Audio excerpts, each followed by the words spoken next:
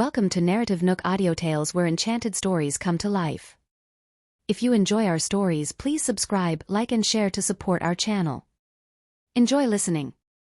Doretta's pupils contracted slightly, and after a moment's hesitation, she decided to stay put. She figured there was no need to follow. Everett wasn't likely to escape today. By threatening Lawrence, Everett had sealed his fate. If Lawrence managed to take him, the odds would not be in Everett's favor. Everett knew this as well. His earlier outburst was a desperate measure. He still planned to find a way to escape.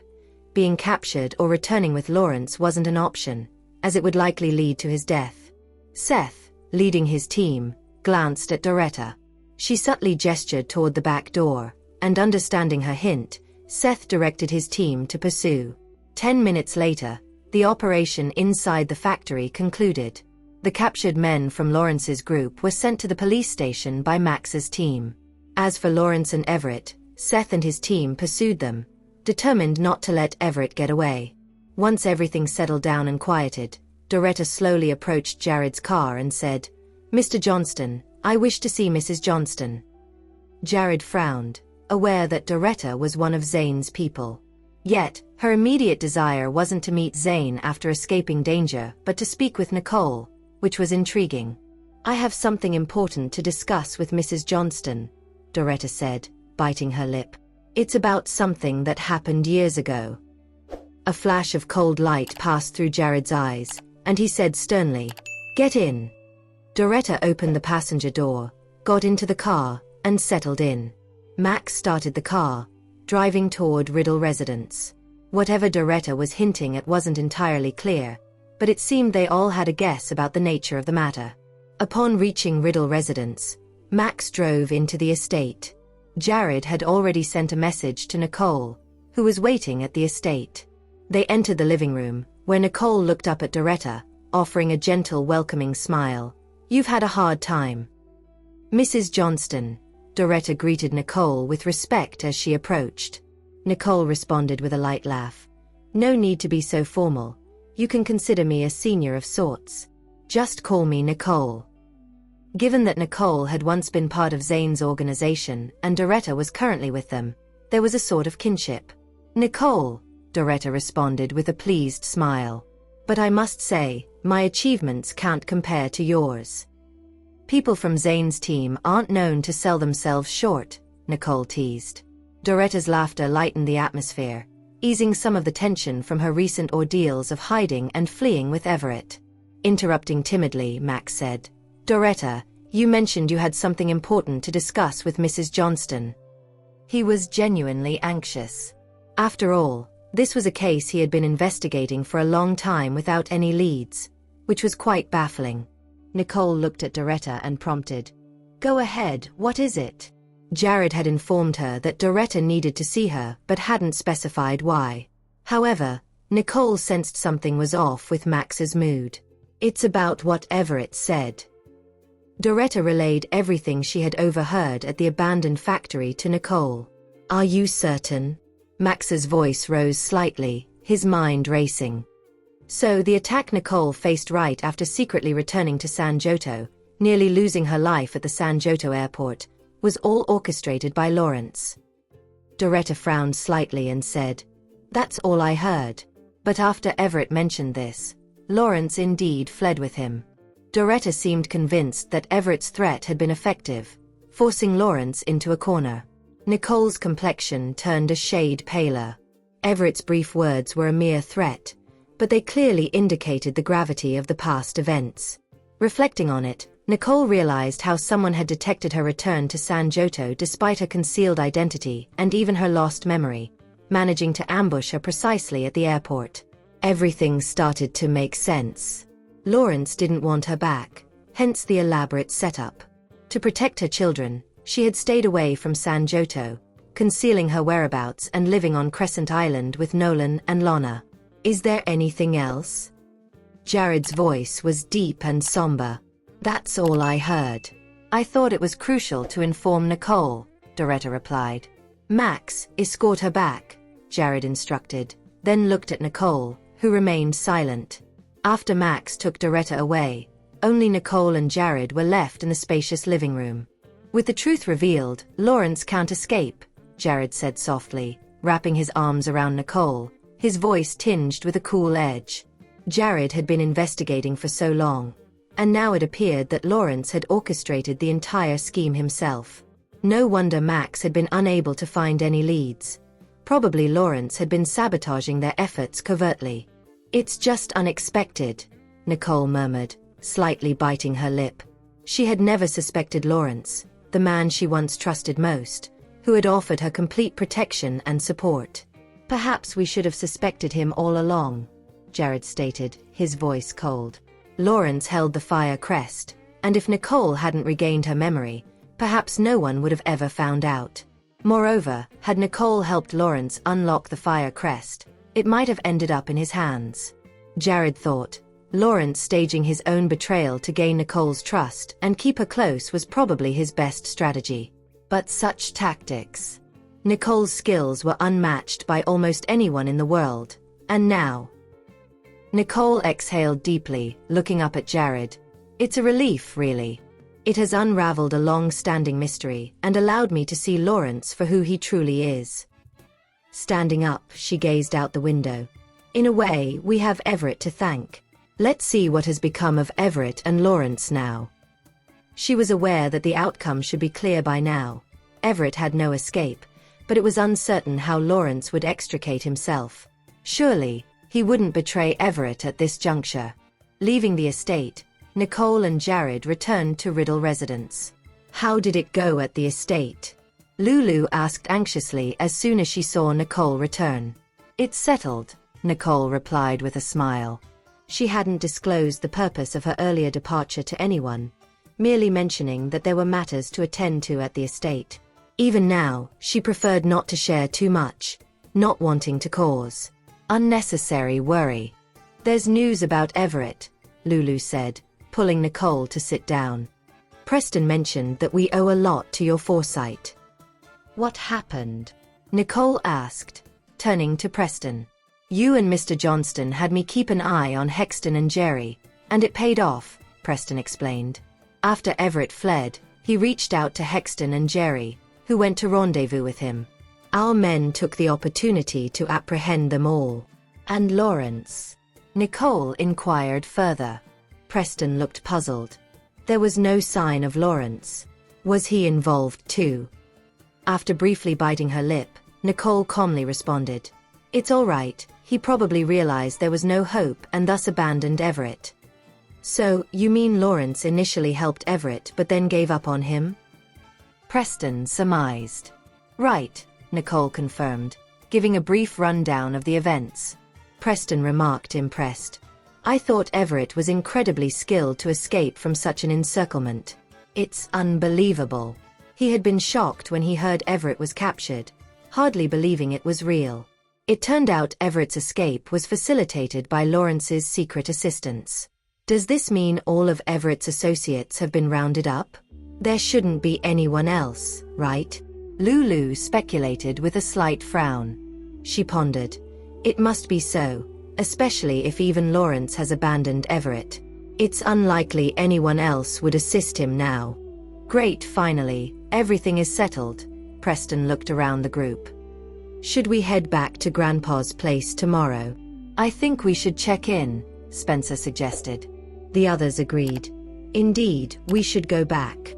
Even though Benjamin had come to terms with Everett's actions, now that there was a resolution, everyone felt it was essential to inform Benjamin, or perhaps their return could also alleviate the weight on his heart.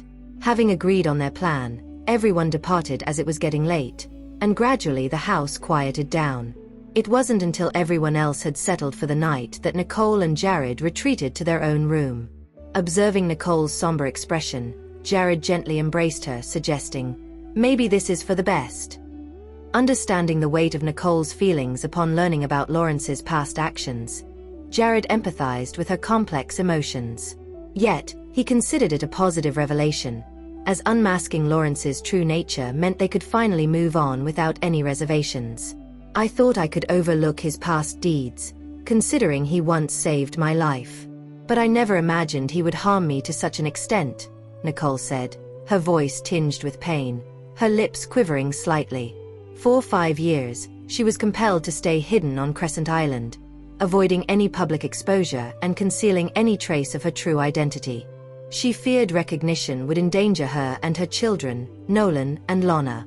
She believed all her sacrifices were for her children's safety, not realizing these decisions prevented her family from being together. The irony that the person she believed to be her most helpful benefactor, her savior, turned out to be the instigator of her sorrows, struck her as absurd. Jared stroked her back soothingly, filled with compassion. If only he had found her sooner, perhaps all this pain could have been avoided.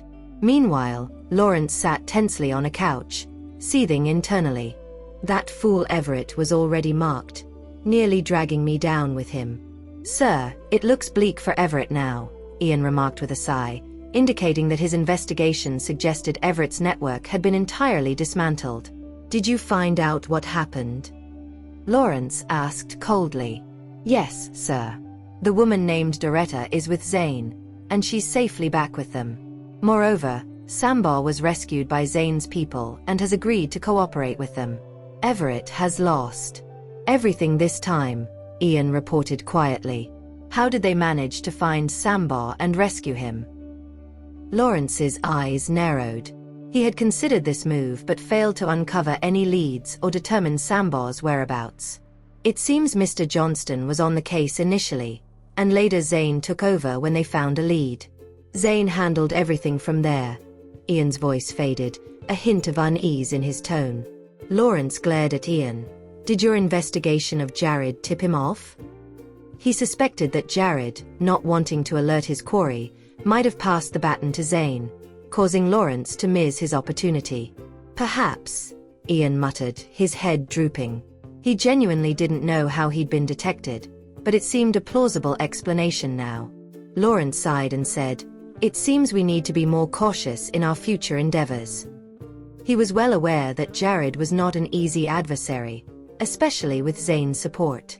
Even though Nicole wasn't as physically formidable as before, her other capabilities remained intact, not to mention her possession of the Fire Crest and Water Crest. "Sir, about the matter Everett mentioned." Ian began hesitantly, his unease palpable. If he were to reveal it, the threat Everett held over Lawrence could severely compromise him if made public. "Eliminate the threat. The dead don't talk," Lawrence stated coldly, his eyes harboring a ruthless glint. Even though Everett had blackmailed him, Lawrence never intended to spare him. Those who knew more than they should weren't worth keeping alive. "Understood," Ian responded quietly. With a final nod to Lawrence, Ian turned and exited the room. Leaning back against the couch, Lawrence's eyes were shadowed with dark thoughts. He couldn't fathom how Everett had learned about the past incident, but dwelling on that wasn't the priority. The secrecy of that matter was paramount. Its exposure would make his future precarious.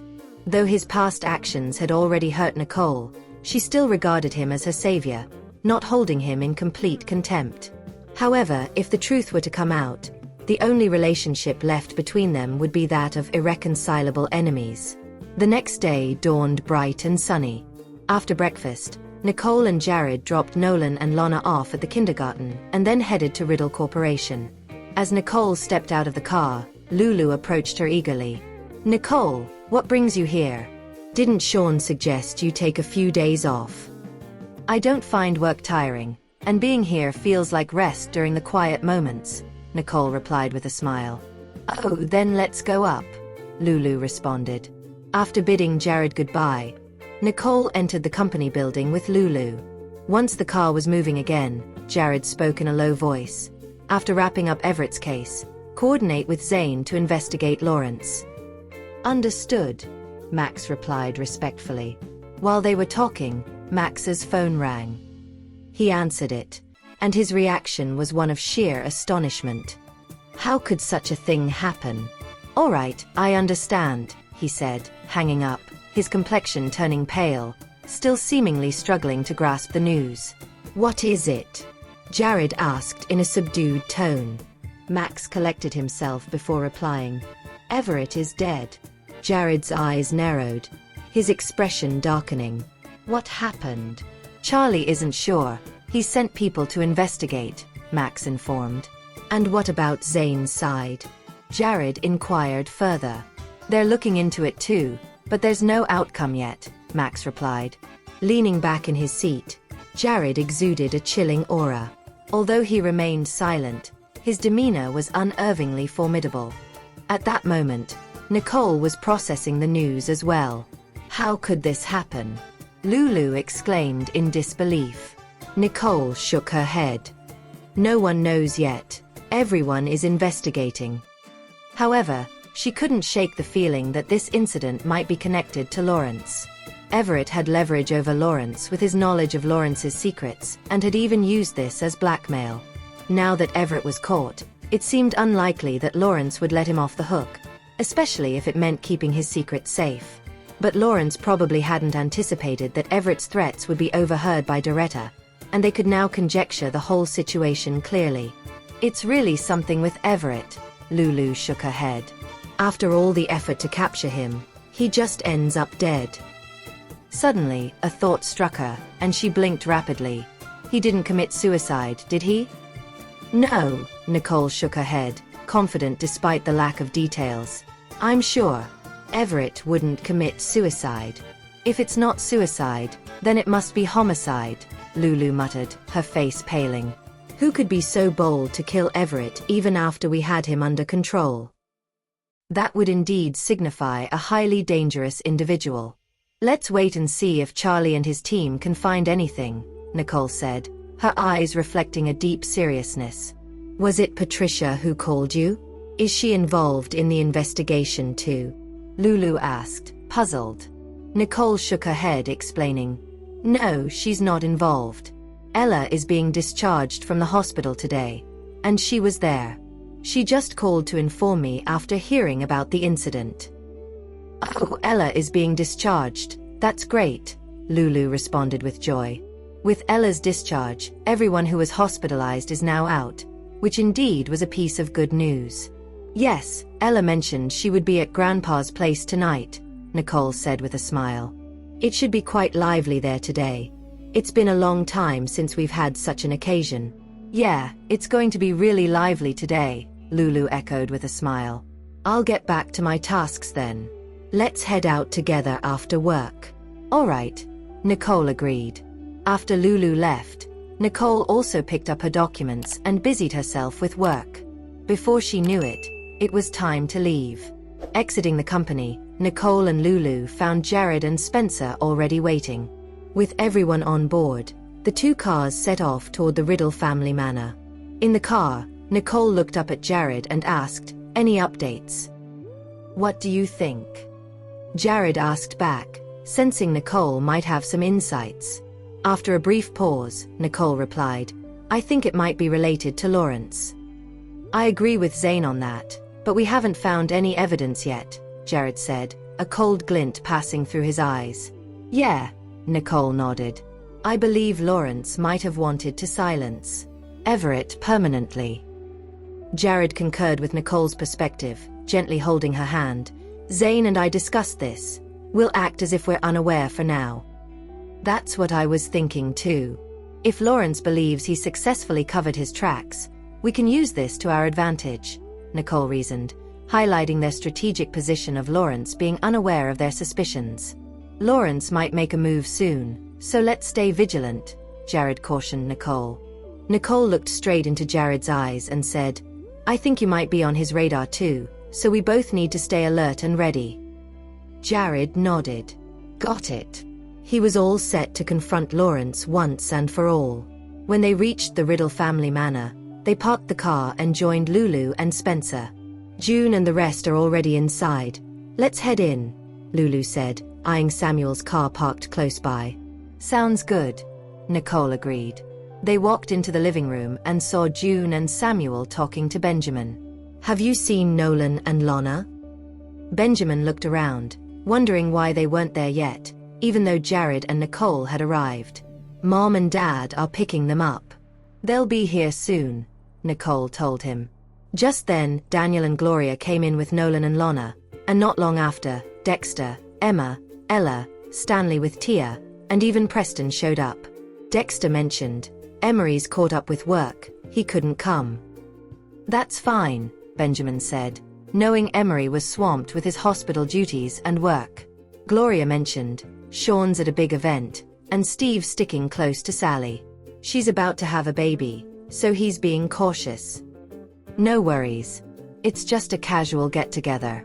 We wanted to spend some time as a family, Benjamin smiled, then asked Nicole, how's everything on your end? Nicole responded, it all went well, even though the results were a bit surprising. She chose to share the news about Everett with Benjamin and told him everything. After a moment of silence, Benjamin let out a long sigh and said, let's put that behind us now. He thought it was pointless to dwell on past problems or seek revenge, especially since Everett was no longer alive. Dylan looked concerned and asked, has anyone figured out who did it? He thought to himself, who would be bold enough to do this? It seems like a direct challenge. Nicole replied, we're not sure yet, but we've got some suspects. We've left it with the Interpol. She chose not to share too much so as not to worry the family about the possible danger from Lawrence. She figured Lawrence was most interested in the Firecrest and Watercrest and probably wouldn't risk exposing himself or targeting her family unless it was absolutely necessary. She didn't want to cause any unnecessary alarm. Lulu tried to lighten the mood. Grandpa, even though the news isn't great, it means we can look forward to peaceful times now, which is actually good news. Right, and we have plenty of happy occasions coming up, like Stanley and Tia's wedding. Everyone else joined in. At that, everyone looked at Stanley and Tia, who smiled and nodded. That's what we're focusing on now, they agreed. Exactly, and with Sally about to have a baby soon, our family is really filled with joy, someone added. Hey Tia, we're going to be family soon, someone teased. Tia blushed and looked down shyly. Stanley then made a light-hearted joke. Don't forget about the generous gifts you all promised. Making everyone laugh. Don't try to change the topic, Stanley. You're really looking out for Tia, aren't you? Of course, she will be my wife soon. I've got to take care of her, Stanley replied. Everyone laughed together, enjoying the light-hearted atmosphere. The older family members watched the younger ones joking around and felt really happy. Gloria, smiling warmly, commented, these kids are wonderful. Emma nodded. It's great to see the family like this. When they're happy, we're all at peace. Karen then shared her feelings. You're all so carefree. I get anxious if I don't see Preston, and yet I feel a bit sad even when I do. Don't stress too much, Emma suggested. Preston knows what he's doing. Things will work out. What else can I do? Karen let out another sigh. Just then, Alfred, the butler, came in. Dinner's ready, he announced. Let's eat, Benjamin said, inviting everyone to the dining table. Everyone agreed and moved to the dining area to sit down. As they settled, Benjamin said, let's consider the situation with Everett resolved and get back to normal life. Yes, everyone responded together. Karen looked at Preston and added, I hope for peaceful days ahead. It'd be perfect if they were a bit more worry-free for me. Preston just shook his head, half amused and half resigned, after hearing Karen's subtle hint. Then he turned his attention to Ella. Just out of the hospital, huh? Are you sure you're up for all this? Ella confidently replied, I'm totally fine, look. He even flexed his arm to show off, making it clear he was feeling strong. Lulu couldn't resist teasing him. He's been doing great, especially with Patricia looking after him. He's been in good hands. She then nudged the conversation further. So Ella, how are things going with Patricia? It looks like you two have gotten closer. Everyone was eager to hear, especially since Ella and Patricia seemed to have a special connection. Ella, facing everyone's eager eyes, declared, I'm thinking of proposing to Patricia. June was visibly surprised. Wow, really? That's a big step. She thought they were just getting closer, but Ella was already planning a proposal. Ella, a bit shy but smiling, explained, yeah, I want to go straight to proposing. Even if it doesn't work out at first, I won't give up. He was hopeful, feeling sure about Patricia's feelings toward him. Lulu looked puzzled. Wait, does that mean you two aren't together yet? Ella nodded. Kind of, but I'm ready for the next step. Once she says yes, we're set. He was optimistic, even if their progress was slow. Lulu wished him well, though she sounded a bit doubtful. Ella was slightly defensive. Why that look, Lulu? You don't think I can pull it off? It's not that. Lulu shook her head with a sigh. It's not that. I'm just glad Patricia really likes you. Otherwise, she might have given up waiting for you to make a move. Ella looked a bit downcast. I've tried my best. I have to consider Patricia's feelings too, not just rush things. He silently wished love wasn't so complicated, pondering the challenges of winning someone's heart. Emma, picking up on the subtleties, asked, Wait, have you two not officially dated yet? She was surprised, having assumed their relationship was more developed. Ella blushed, realizing he'd let slip more than he intended. Mom, I had no choice, he tried to defend himself, mixing seriousness with a hint of jest. Emma frowned. What do you mean, no choice? Were you planning to keep up a pretense?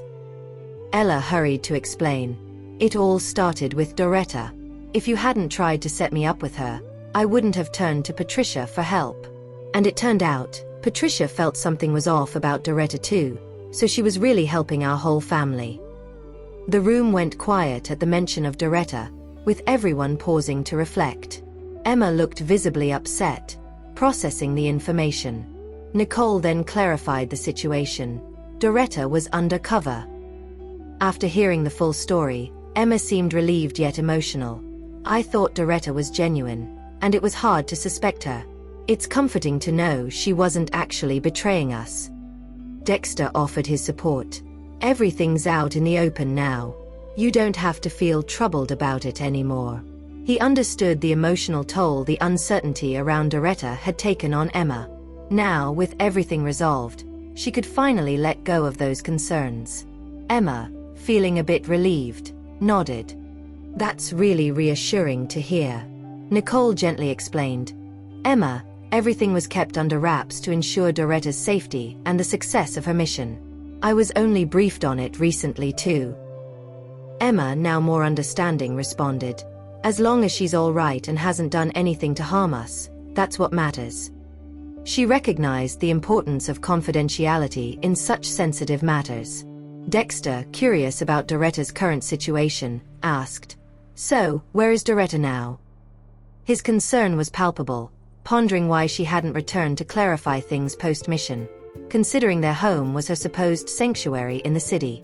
Nicole replied, She's been assigned further duties and couldn't come to explain in person. But she promised to visit us next time she's in town. Emma's concern was evident. Off to another assignment then? Is it going to be dangerous? Acknowledging the risks, Nicole assured her, there are always risks, but Doretta is skilled and capable. She'll be fine, so there's no need to worry. Emma mused aloud on Doretta's choice. Such a gentle soul, yet she's chosen such a tough path.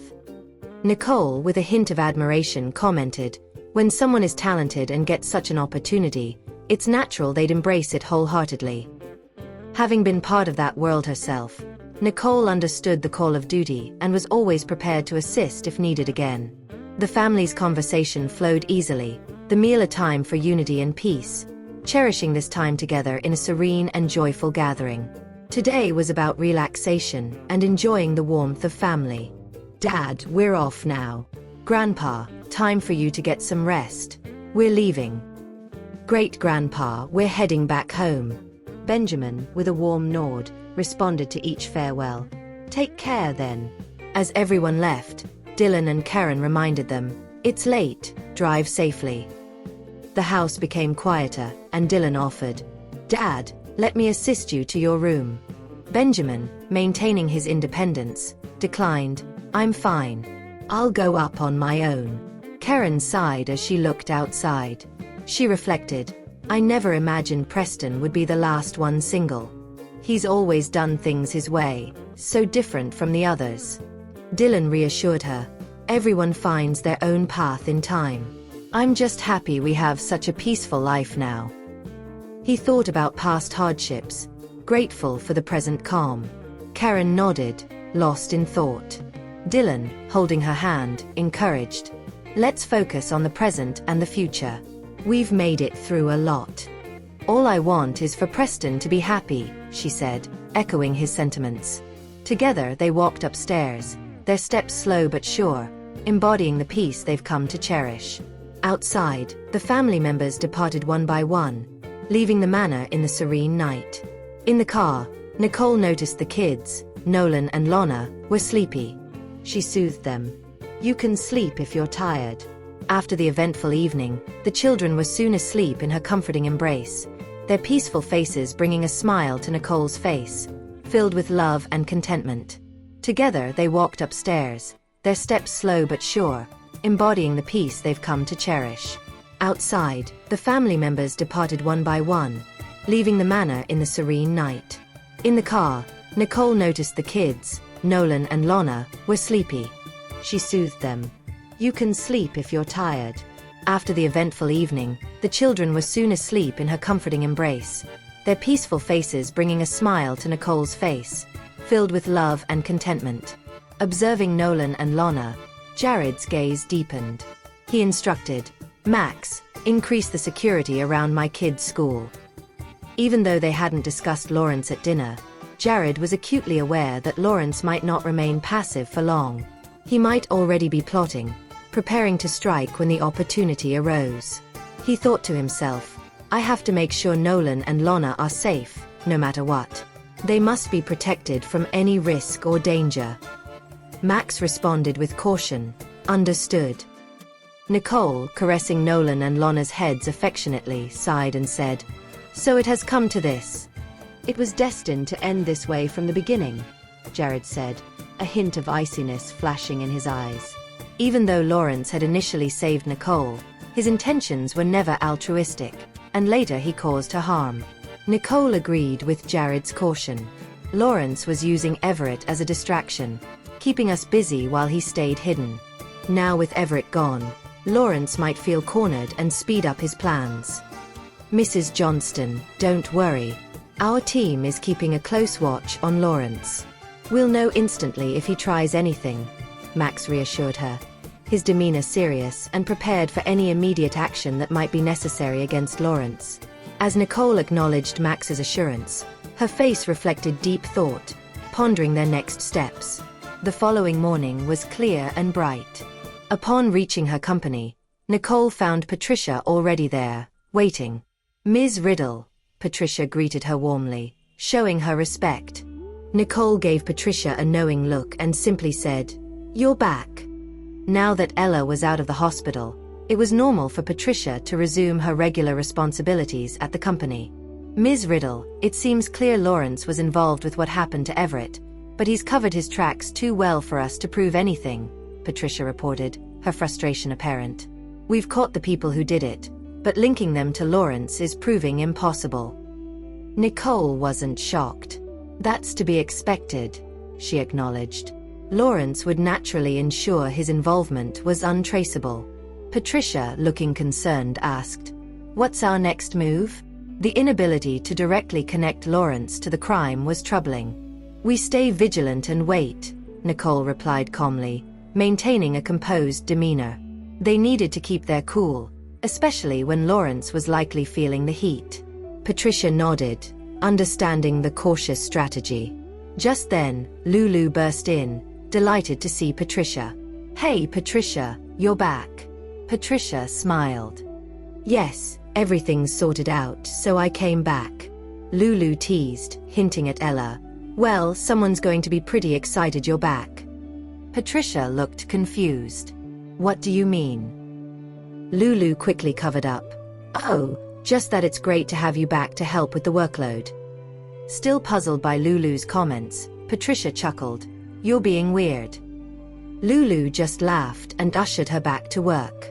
You've missed a lot. Better catch up. She was cautious, not wanting to ruin Ella's surprise for Patricia. Moments like these deserve to be unexpected and special. After Patricia stepped out, Lulu shared with Nicole, "Sean's meeting was successful yesterday. Looks like we're gearing up for a busy period." Nicole responded with a smile, "Busy times are good. It means progress." Lulu nodded, feeling positive. "It's reassuring. We can focus on our tasks without worries." Nicole, thoughtful, was determined. "I'll ensure everyone's safety, so we can enjoy our peace." Meanwhile, Lawrence was in his office. His look serious as he gazed out the window. Ian entered after knocking, updating him. "Sir, everything's handled." Lawrence, deep in thought, didn't show much reaction. He was unshaken, confident in his control. Ian then shared his concern. "Sambo is now aligned with Zane. Could this become an issue for us?" Dismissing the worry, Lawrence was unimpressed. "Sambo can't even protect himself. He's no threat." Ian, still uneasy, noted, "Zane's people are still here. With Everett out of the picture, they might shift their focus to us." Lawrence, with a steely focus, commanded, "Let's stay alert. We can't afford any slip-ups right now." If you have enjoyed this story, please like and share so others can see it too. Also hit the subscription button and notification bell so you can be notified on our next release. Thank you for your support. God bless you.